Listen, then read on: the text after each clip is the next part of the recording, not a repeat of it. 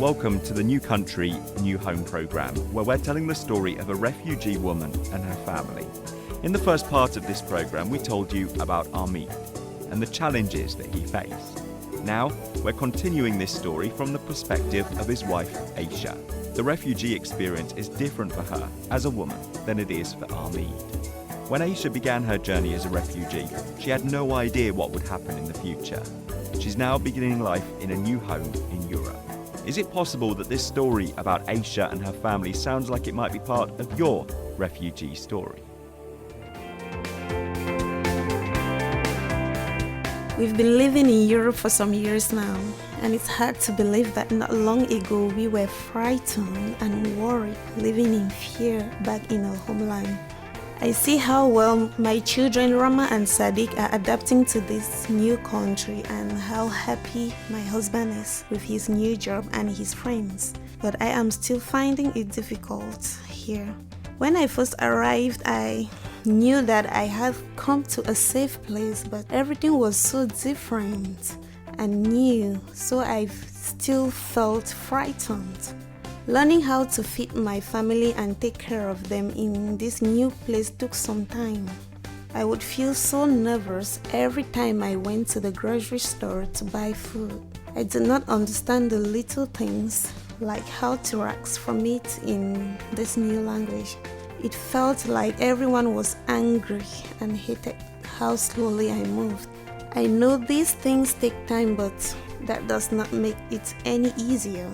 At the beginning, it was okay because at least the children were home with me.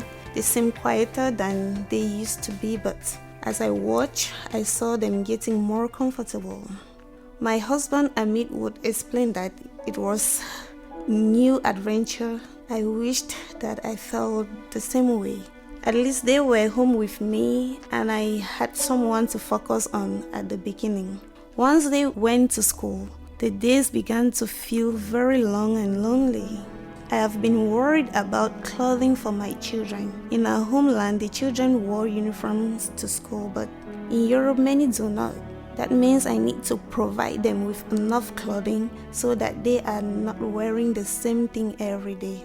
Amit says that I should not worry about clothing. He says that the most important thing is that the children are safe, but I know that it is hard for them if they only wear 2 outfits to school. Rama is 11 years old and I know that fashion does matter to girls. She wants to look pretty and not wear the same thing every day. I tried to explain my concern about clothing to my one friend Sarah. I was nervous because I didn't want to appear ungrateful or greedy. When I told her how I was wondering how to get more clothing for my children, her face lit up. She had just heard about a new clothing service for refugees that had started only a little while ago. She would take me there and then I can shop for my whole family and it would not cost us any money. I know that the clothing will not be fashionable, but I can hopefully get a few items so that my children will be more comfortable at school. Maybe I will even be able to get myself a new dress and I made a new shirt. I never imagined that I would be in a position where I require charity. I felt somewhat ashamed. Amit reminded me that it is only temporary. Who knows? Maybe someday when we are doing really well, I can be the one giving to others in need.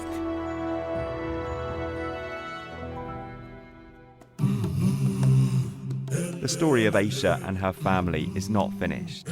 Tomorrow is another day with new challenges and new opportunities. Aisha does not know what will happen, but God knows. God cares about what happens to Aisha and her family.